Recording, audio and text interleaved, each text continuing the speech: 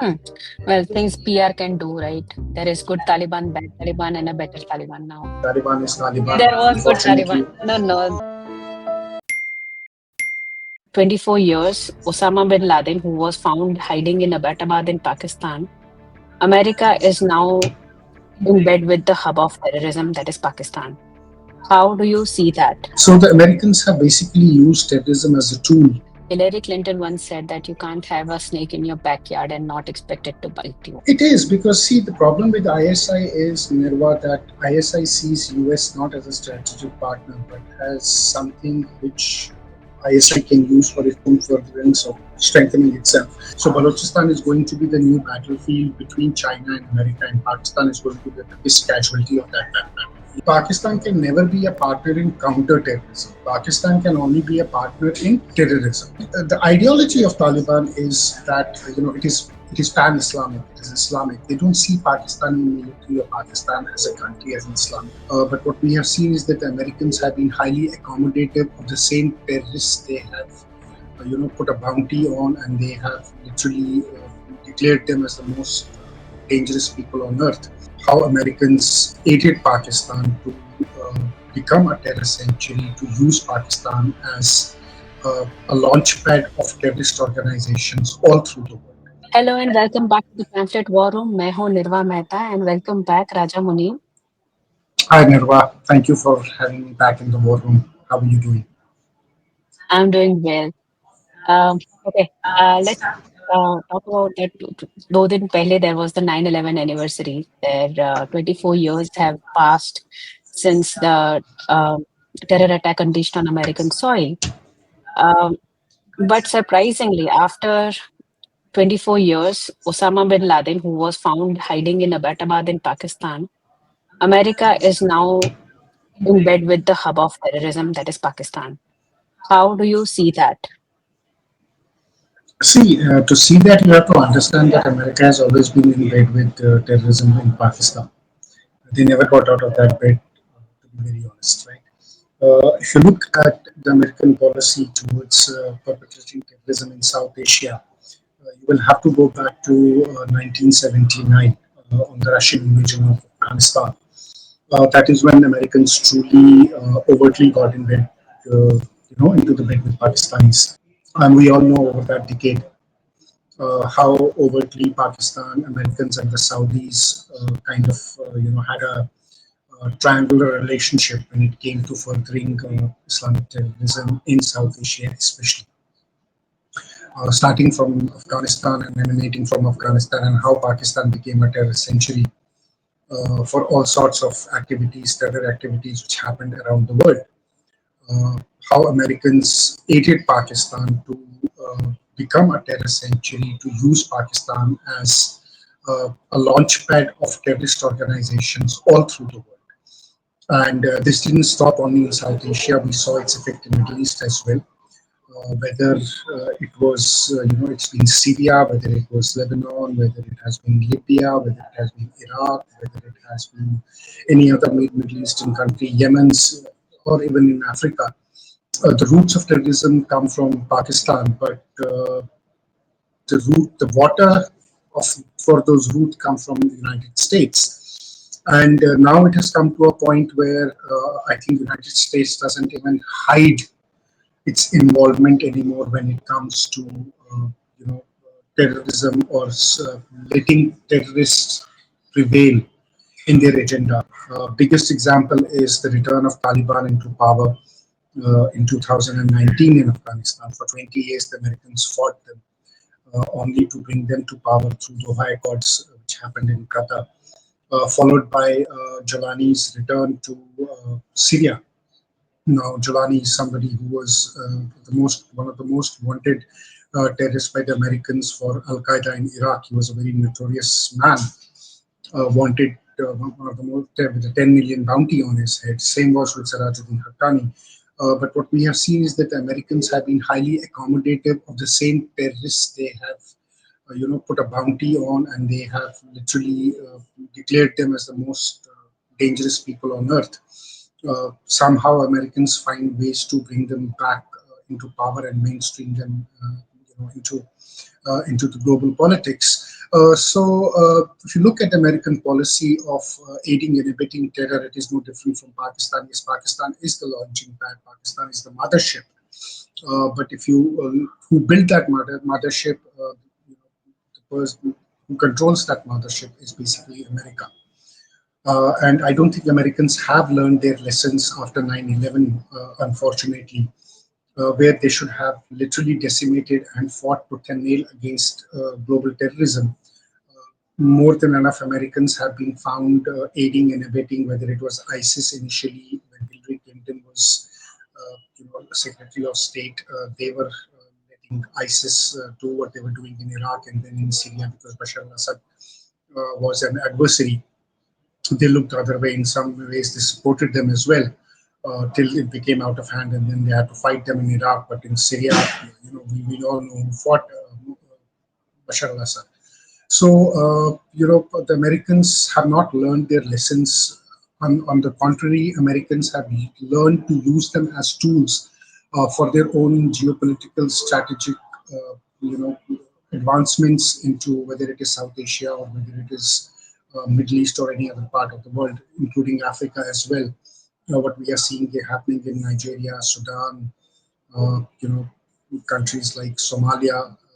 It's horrible. If you look at Al Shabaab and organizations, the kind of massacres they have carried out in Africa, uh, people don't talk about it, but they're absolutely horrendous. What is happening there? So the Americans have basically used terrorism as a tool for their own geopolitical advancements, as I said, and that is where Americans are today after 20, so many years of 9/11. uh, they have just gotten better and better with the terrorists and they have used them to their advantage. The only thing they have is that they have made sure that no other Osama bin Laden is created or a leader of that stature is created who's going to challenge the American might or who's going to be a direct threat to the Americans. As long as the Americans are able to keep that kind of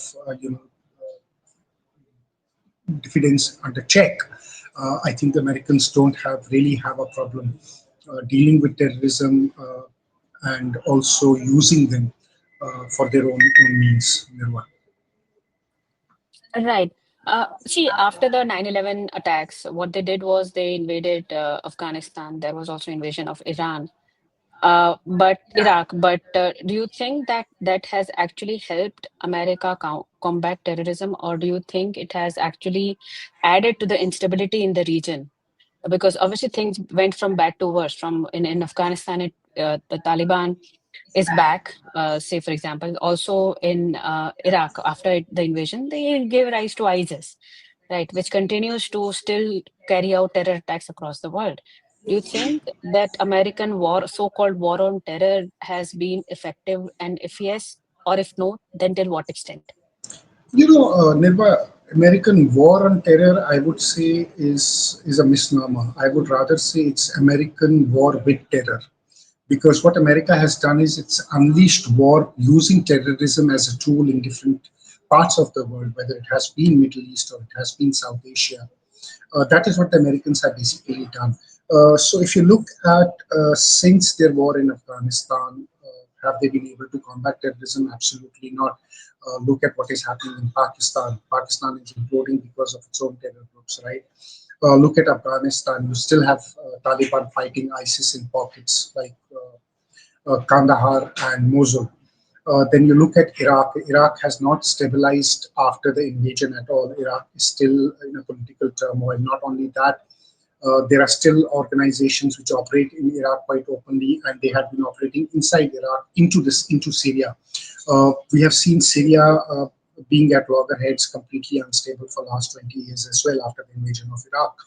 Syria has not stabilized. We have seen a renewed war in Gaza between the Israelis and the Hezbollah or the Hamas.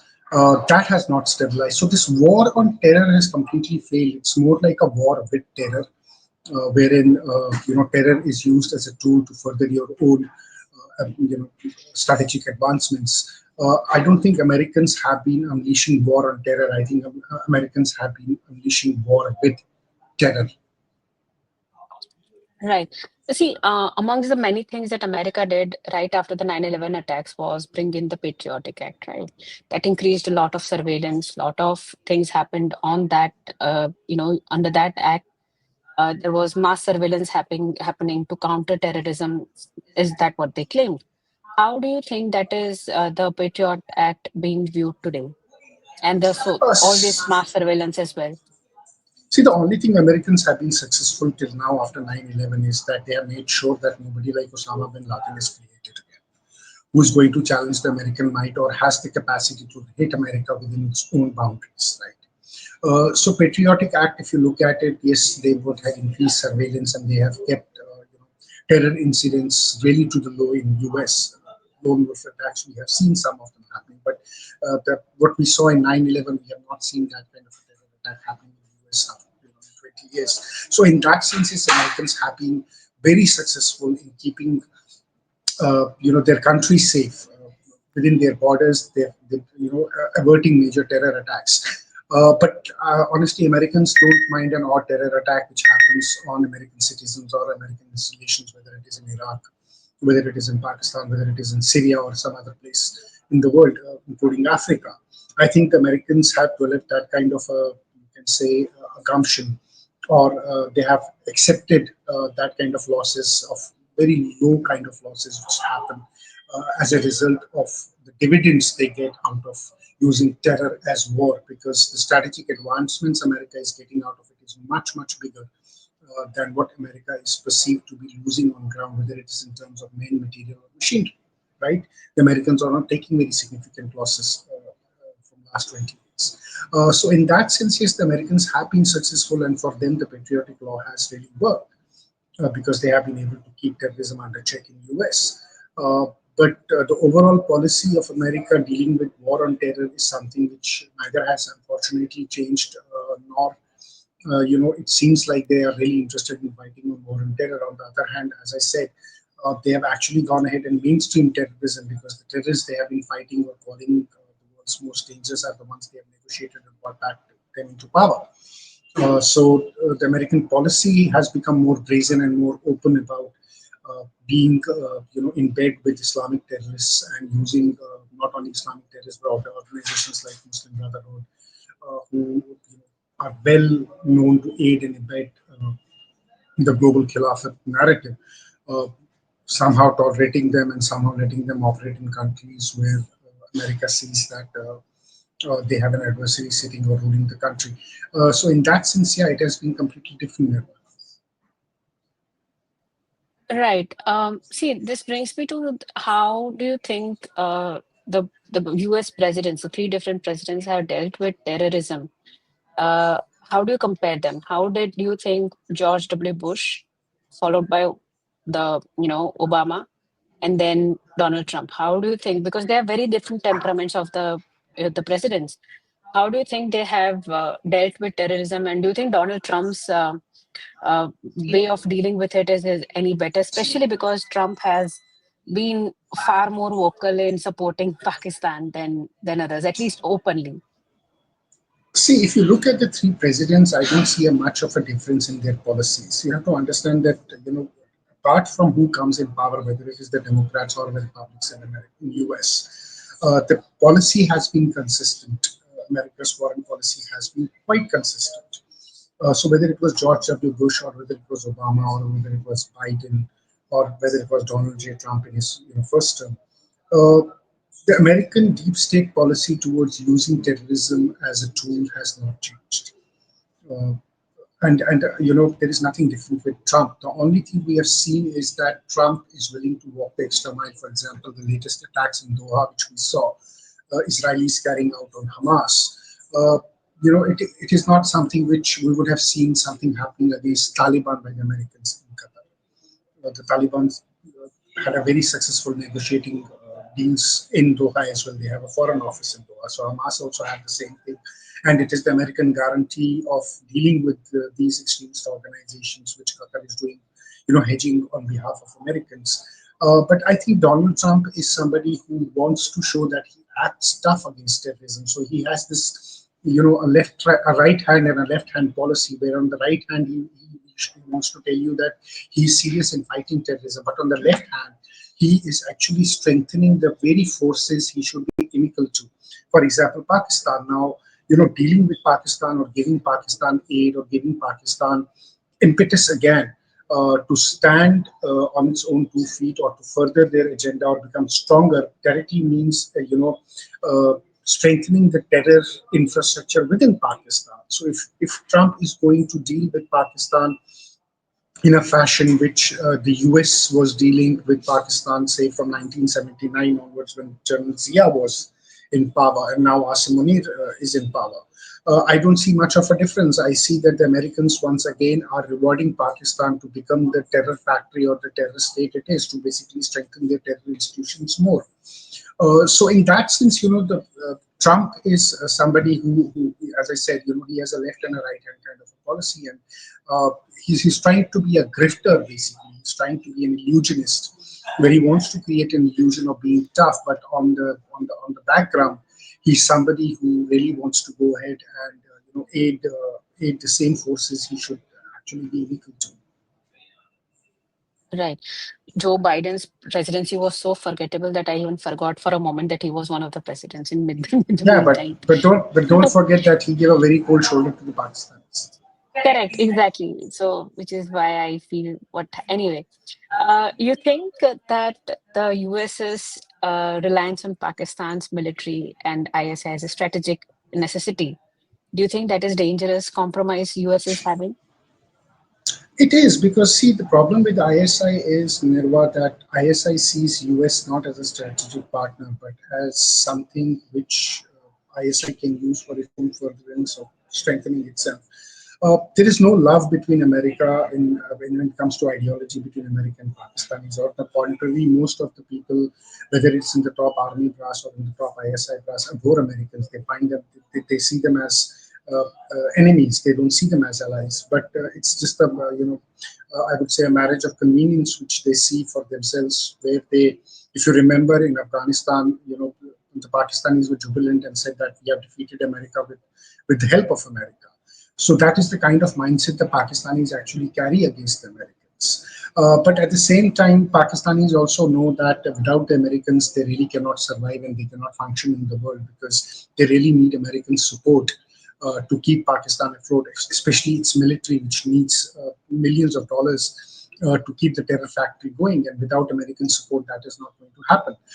Now, given the geopolitical compulsions happening in Middle East at the moment, especially the situation with Iran on one hand, and what is happening in Gaza and the plans Trump have for Gaza, Pakistan does become an important ally, a necessary evil, I would say, for America to deal with. Pakistan is something which always was a necessary evil and will remain a necessary evil for a short time more, maybe a decade or so more for the Americans, because without Pakistani support, it will be very difficult for them to navigate through certain geopolitical strategic goals, which otherwise would be very, very difficult or would actually, uh, you know, uh, invite a lot more further reaction or a lot more further open wars in Middle East if Pakistan is not there, or the Pakistani terror factory is not there. They will have to be more openly involved, which Americans would never like to do because it has both political and geopolitical ramifications to it.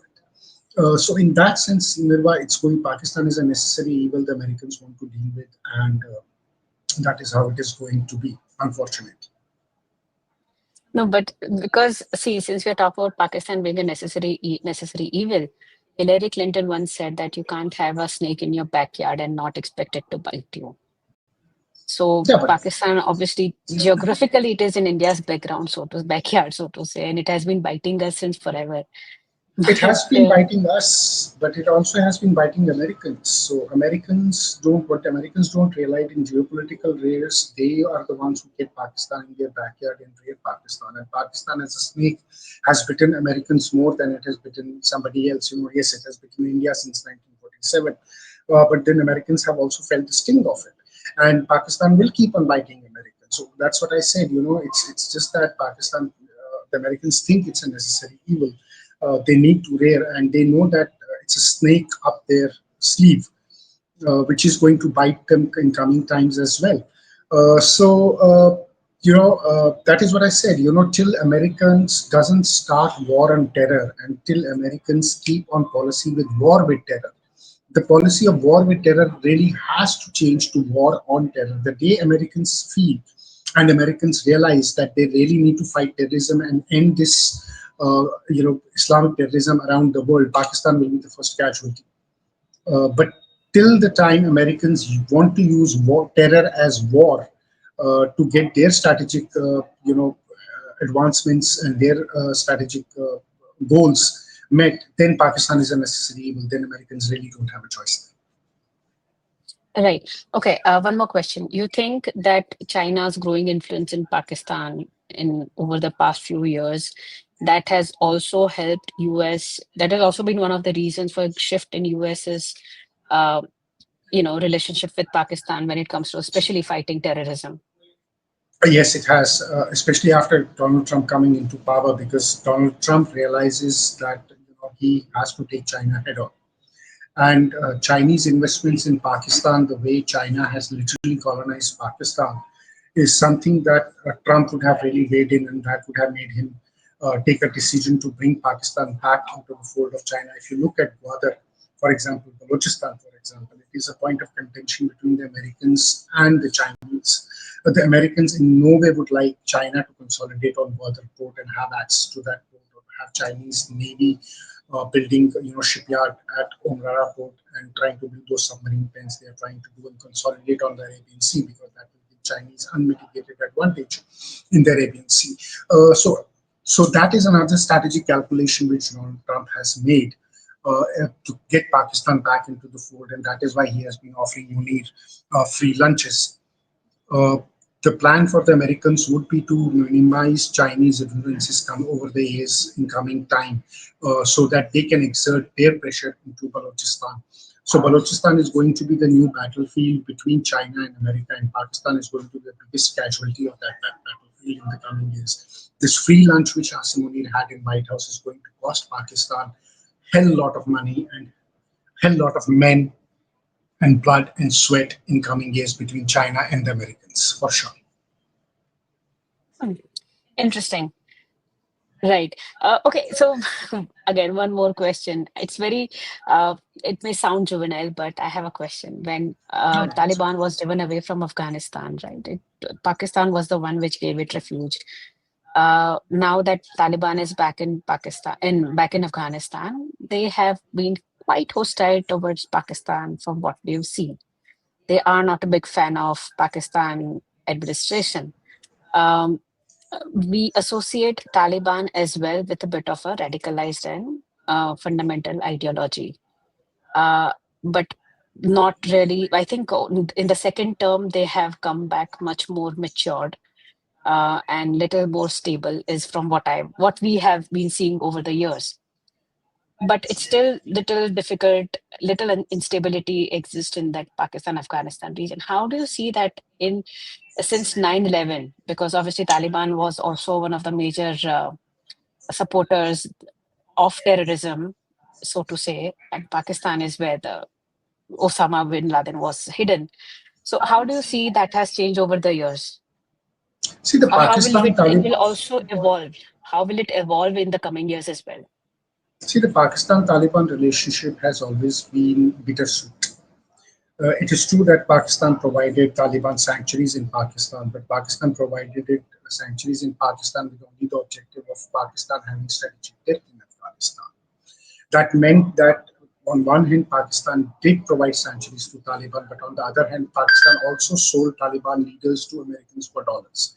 And Taliban has not forgotten that. So the trust factor between Pakistan and Taliban was always on a shaky ground. Now, since Taliban has come into back into power, the biggest mistake Pakistanis made was thinking that they have their own proxies in power and they can dictate whatever they want to dictate and carry out in Afghanistan. The reality is that Afghans are fiercely nationalistic people, and they don't like anybody meddling into their affairs, especially Pakistan, because they have accused Pakistan of being in bed with America while keeping Taliban going for their own strategic goals. And Taliban realized it very, very well what was happening. Also, the issue between Pakistan and Afghanistan of the Durand Line is something which is a very contentious issue, because if you look historically, Taliban has never agreed to that Durand Line at all. They have always claimed that Khyber Pakhtunkhwa or the areas of FATA have been a part of Afghanistan. And the ideology of Taliban is that it is pan-Islamic, it is Islamic. They don't see Pakistani military or Pakistan as a country, as an Islamic country. They have ideological differences with Pakistan as well. So to say that Pakistan and Afghanistan have always been bigger enemies since a very long time, since Pakistan came into being. But the problem is, Nirva, that one, it's an ideological fight which is going to happen, because if you look at Pakistan and the military machinery, the mullahs of Pakistan, they want an Islamic rule in Pakistan. And Taliban is something who really, really want Pakistan to get into that fold of Talibanization, complete Talibanization of Pakistan. On the other hand, the military is something which keeps them away from, carrying out the complete Talibanization. So, in that sense, the ideological differences and the ideological war is always going to be. Then the border issue is always going to be there between Pakistan and Afghanistan. We are seeing TTP and the way Taliban is openly supported. The idea behind Taliban is that once they have taken over Afghanistan, they would really like to take over Pakistan in the same fervor they took over Afghanistan, and would like to have Sharia and Islamic rule in Pakistan. That is a stated objective of Taliban. So Taliban is not going to give away its stated objective just because Pakistan helped them into having a sanctuary while they were fighting Afghanistan. Americans were fighting Taliban in Afghanistan. Second thing is, you said that Taliban seems like a bit mature. I would like to beg to differ there, Nirwa. I don't see there any change in Taliban at all. Taliban in the first term was pretty much the same what Taliban in the second term is as well, because if you look at the condition of women in Afghanistan, it is still similar to Taliban one. They cannot even come out of their homes. They can't even speak loudly in their homes, as per some dictats.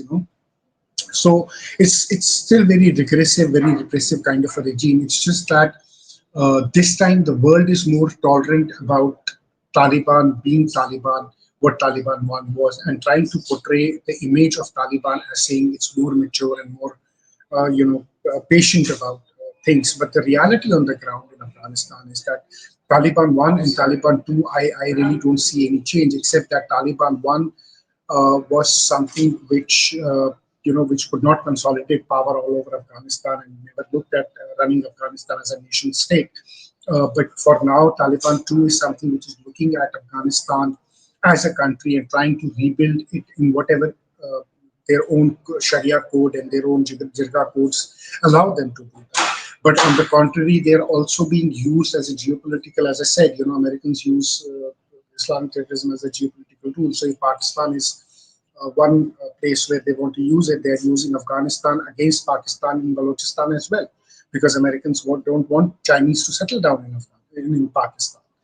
So the Taliban is covertly, I would say, helping Americans to destabilize China into Pakistan. But honestly, till Taliban doesn't show that they have changed in terms of they don't open education for females. They don't open employment for females. There are no female doctors. There are no female hospitals. I mean, women cannot come out on the street. They still flog people. They still shoot people in the ground. They still, stone them to death on crimes which people are accused of. They still carry out executions. Unless and until it becomes a bit more civil in Afghanistan, it will be difficult to say that Taliban has matured. I think they have only matured because the world has allowed them a breather to carry on doing whatever they want to do by giving a blind eye to their way of governance in Afghanistan. It's just become too convenient for people to accept Taliban. Nobody talks about women's rights in Afghanistan, but people talk about women's rights in India, Bangladesh, Sri Lanka, everywhere. What happened to the women of Afghanistan? Nobody remembers. Americans are not interested. The Western press is not interested. Nobody is talking about it. But that doesn't change the reality on the ground.